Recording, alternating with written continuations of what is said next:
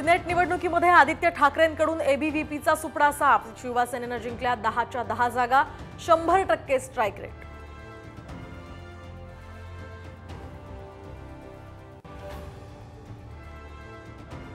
Porsche कारच्या आरोपींना हा दिवट्या वाचवायला गेला होता। निवडणुकीमध्ये याचा कसा बंदोबस्त करायचा ते मी बघतोच।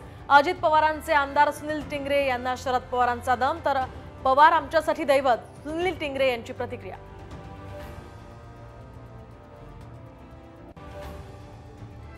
ग्रामपंचायत निवडणूक ही निवडून आणू न शकणाऱ्या खडसेंनी जामनेरच्या विकासाबाबत बोलू नये। मला पाडायचं तर मुक्कामी राहून पाडून दाखवा, महाजनांचं आव्हान। महायुतीची आज मुंबईमध्ये बैठक, तर 125 जागांवर एकमत झाल्याची सूत्रांची माहिती। 5 ऑक्टोबरच्या आधी जागा वाटप होणार असल्याची माहिती।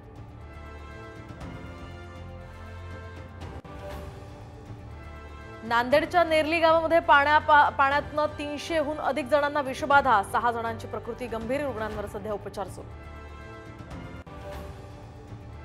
देशात मंकीपॉक्सचा धोका वाढला, केरळमध्ये दुसरा रुग्ण आढळल्यामुळे चिंता, तर केंद्र सरकारचे सगळे प्रयत्न सुरू, सर्व राज्यांना सतर्कतेचे आदेश।